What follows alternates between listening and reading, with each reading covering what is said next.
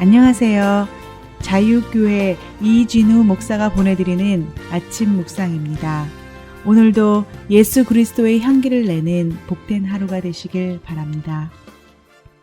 9월 9일 수요일 아침 묵상입니다. 오늘은 무지와 왜곡의 차이라는 제목으로 사무엘하 6장 7절로 8절의 말씀 묵상합니다. 여호와 하나님이 웃사가 잘못함으로 말미암아 진노하사 그를 그곳에서 치시니 그가 거기 하나님의 궤 곁에서 죽으니라. 여호와께서 웃사를 치심으로 다윗이 분하여 그곳을 베레스 웃사라 부르니 그 이름이 오늘까지 이르니라. 오늘도 주의 말씀을 묵상하며 하루를 시작합니다. 오늘도 하나님의 도우심과 보호하심이 주의 말씀을 묵상하며 하루를 시작하는 모든 분들에게 충만하길 축복하며 아침 묵상 시작합니다. 성경은 하나님의 궤에 관련된 일련의 사건을 통해 당시 종교 지도자들이 어떻게 하나님의 뜻과 말씀을 왜곡하고 있는지를 적나라하게 보여주고 있습니다. 하나님의 궤를 자신의 집에서 수십 년 동안 보관해 왔던 웃사와 아이오는 하나님의 궤를 옮길 때는 고앗 자손들이 어깨에 메고 옮겨야 한다는 율법을 너무나 잘 알고 있었습니다.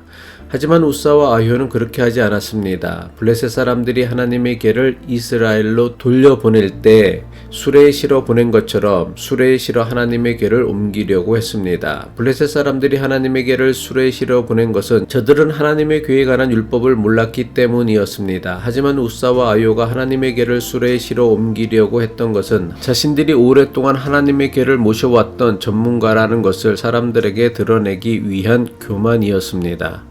하나님께서 웃사를 치신 사건은 하나님의 말씀을 왜곡하여 자기 멋대로 다루는 것이 얼마나 심각한 죄인가를 보여주는 대단히 상징적인 사건이라 할 수 있습니다. 하나님의 뜻과 말씀은 시대와 역사를 통해 너무나 자주 사람들에 의해서 왜곡되었습니다. 그런데 여기서 주목해야 할 점이 있습니다.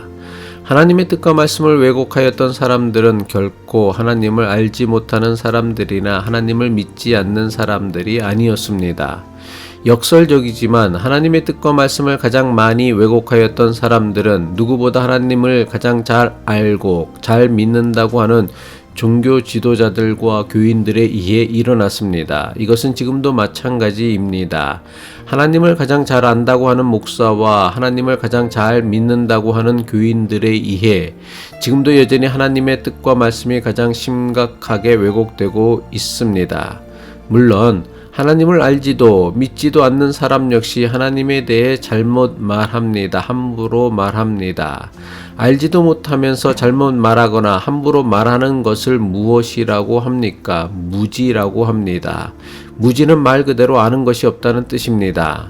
하나님을 알지도 않으며 믿지도 않는 사람이 하나님에 대해 잘못 말하거나 함부로 말하는 것은 하나님에 대해 저들이 무지하기 때문입니다. 하지만 하나님을 누구보다 잘 알며 하나님을 누구보다 잘 믿는다는 사람들이 하나님에 대해 잘못 말하는 경우가 있습니다. 이런 경우를 무엇이라고 합니까? 왜곡이라고 합니다. 왜곡이 무엇입니까?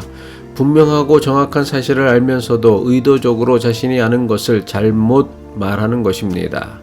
그럼 종교 지도자들이나 교인들은 왜 자신들이 알고 믿는 하나님에 대해 의도적으로 잘못 말하는 것일까요?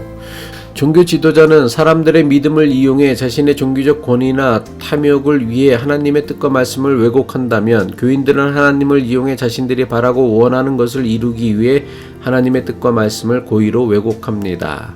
그렇다면 하나님에 대해 무지하면서 함부로 말하는 것과 하나님의 뜻과 말씀을 잘 알면서도 고의로 왜곡하여 말하는 것 가운데 어떤 것이 더 하나님께 악하고 나쁜 일일까요?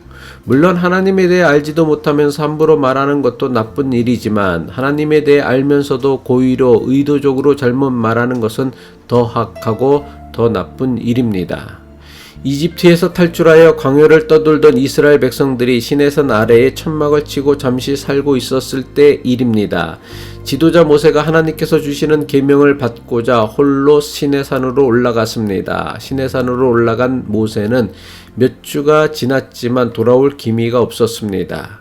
불안과 두려움에 빠진 이스라엘 백성들은 모세의 형 아론을 찾아가서는 모세가 우리를 버려두고 산으로 떠났으니 앞으로 우리를 인도할 신을 만들어 달라고 부탁했습니다. 출애굽기 32장 1절이죠.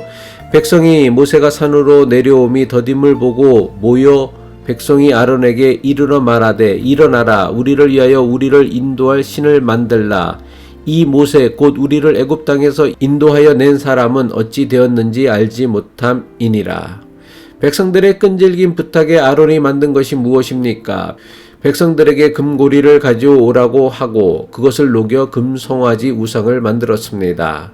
금송아지 우상을 만든 아론은 정말 자기가 만든 금송아지가 자신들을 인도할 신이라고 믿었을까요? 아니요, 아론도 믿지 않았습니다.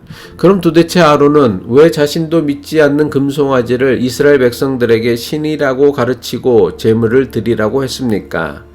아론이 가짜 금송아지 우상을 만든 이유는 이스라엘 백성들이 간절히 원하였기 때문입니다. 아론은 백성들이 간절히 원하는 것을 들어주므로 백성들의 불평, 불만을 잠재우고 자신의 종교적 권위를 지키기 위함이었습니다. 아론은 백성들에게 인기를 얻기 위해 보이지 않는 하나님, 영이신 하나님, 말씀이신 하나님을 금송아지로 왜곡시켜 버린 것입니다. 이것은 단지 먼 옛날 시내 광야에서 이스라엘 백성들에게만 일어난 사건이 아닙니다. 지금도 여전히 교회 안에서 끊임없이 반복되며 나타나고 있는 사건입니다. 너무나 많은 교회 지도자들이 더 많은 사람들의 인기를 얻기 위해 하나님의 말씀을 고의로 의도적으로 왜곡합니다.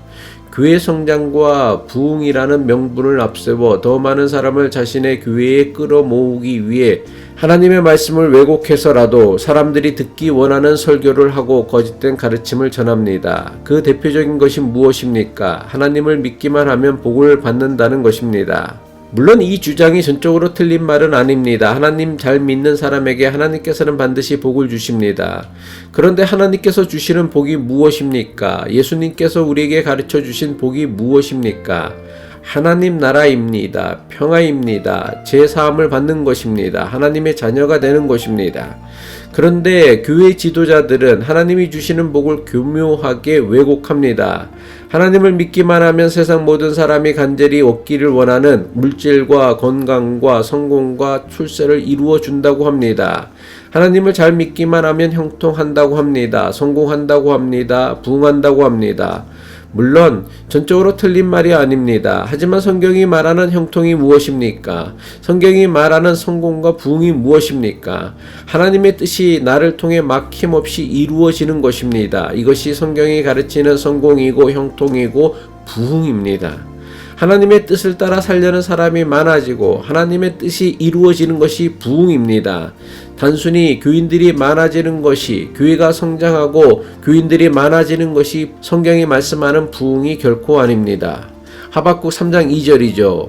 여호와여 내가 주께 대한 소문을 듣고 놀랐나이다. 여호와여 주는 주의 일을 이 수년 내에 부흥하게 하옵소서. 하지만 너무나 많은 교회 지도자들과 교인들이 하나님의 뜻과 말씀을 교묘하게 왜곡합니다. 하나님의 뜻은 상관하지 않습니다. 오로지 내가 바라고 소원하는 것이 막힘없이 잘 되기만을 바라고 또 그렇게 된다고 설교합니다. 이웃이 어떻게 되든 상관하지 않습니다. 오로지 내가 하는 사업만 잘 되고 내 자식만 잘 되면 된다고 생각하고 믿습니다. 이런 신앙을 기복주의 신앙 또는 번영주의 신앙이라고 합니다. 기복주의 신앙이나 번영주의 신앙은 무늬만 기독교 신앙이지 기독교 신앙의 매우 심각한 왜곡입니다. 기도하겠습니다. 전능하신 하나님, 자신이 바라고 소원하는 것을 이루기 위해 하나님의 뜻과 말씀을 함부로 이용하거나 자신의 종교적 권위를 인정받고 드러내기 위해 하나님의 뜻과 말씀을 함부로 왜곡하는 죄를 짓지 않게 하옵소서. 예수 그리스도의 이름으로 기도합니다.